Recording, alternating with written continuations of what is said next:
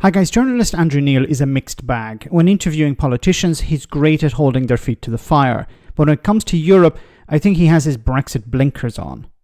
In this clip following the complex results of the European elections, which are generally seen as a tool to deliver a bloody nose to incumbent governments, he talks about the problems a future Labour government will have when dealing with the EU. He mentions Labour's allies, but once again, he doesn't understand the entire relationship with Europe will need to be reset. Have a listen. Our populist right surge came in 2019 with the election of Boris Johnson by pretty much a landslide. The fact that he since blew it is neither here nor there. That was the kind of rise of a more populist right that you are now seeing throughout Europe. So in a sense, we were ahead. But then it's been reversed. I think the significance now for Labour, I think for the British political elite, is it hasn't really yet dawned on them that the Europe we voted to leave in 2016, for right or wrong, we voted to leave, was very different from the Europe that there now is. Where we know that a Starmer government will want to get closer to Europe, want to cozy up a bit more to Europe. But where are his allies now? I mean, the British Labour Party's biggest ally in Europe were always the German Social Democrats. Well, they were thumped yesterday. Scholz's government is the walking wounded. Their second biggest ally were the French Socialists. They came third yesterday. They're a shadow of their former self. And so I think Europe today is very different from the kind of Europe that Mr. Starmer imagines it was. And I think that'll create a lot of trouble for a Labour government trying to get closer to Europe. Okay, once again, I don't think Andrew Neil understands Europe. Now, I'm just a 2-bit YouTuber, but I really do think he struggles here because he's a Brexit supporter, and I think he has these Brexit blinkers on, and it blinds him from actually understanding the complexities of Europe and the UK's relationship both before and after Brexit. Now, something I have to pull him up on here is Boris Johnson being a right-wing populist, or Boris Johnson's government. No, I disagree with that. The reason Boris Johnson won a massive majority, apart from getting Brexit done, was some of the policies which were not popular right, but popular centre or popular left. For example, levelling up the north. That's not a right-wing policy. Building 40 new hospitals. Rebuilding the NHS. None of these are far-right policies or populist right policies. They're socialist policies. So Boris Johnson knew if he moved to the centre, he would hoover up a lot of votes. And this is exactly what we're seeing now. The Conservatives have dabbled with the far right. It's failed, focusing on immigration, on culture wars, stuff like that. It has destroyed the Conservative Party. And Starmer knows that, well, most voters are in the centre, so if I move to the centre, I'm going to hoover up all those votes. And we're seeing it. So many people who voted for Boris Johnson in 2019 are switching to the Labour Party now. Now, back to Europe.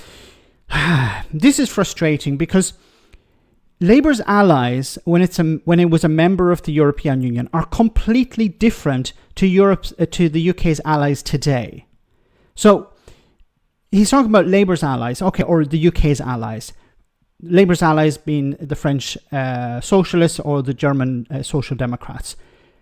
Europe has changed, as Andrew Neil has pointed out correctly, but the relationship has also changed because when the UK was a member, it had its allies. Now that it's no longer a member, those allies have disappeared.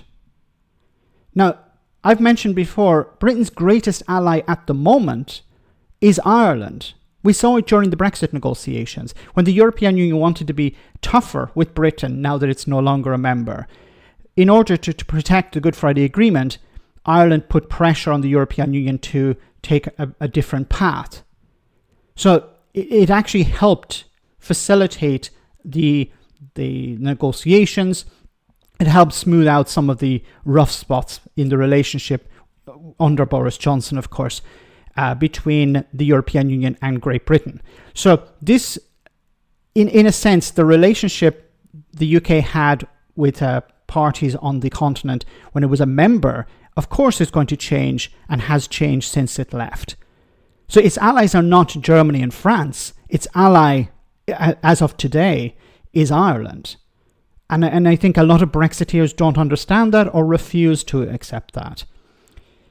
The relationship with the European Union has to be reset. Britain, unfortunately, in the eyes of many Brexiteers and some Remainers, is that Britain has left, but it can just jump back in again. It can't. It has to start at the end of the queue. Maybe not at the very end, but it has to take its turn if it wants to rejoin. Now, what sort of relationship will Keir Starmer have with Europe? We don't know. It's going to be extremely complicated. I think we're going to see economic alignment.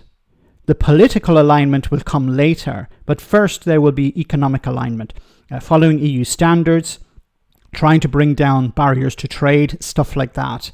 There may be some cooperation on security, but I think a lot of the political stuff will come later, when it's clear that a positive relationship can exist. Now, many commentators will say, well, the Labour Party is centre-left and a lot of the parties in Europe are centre-right or far-right.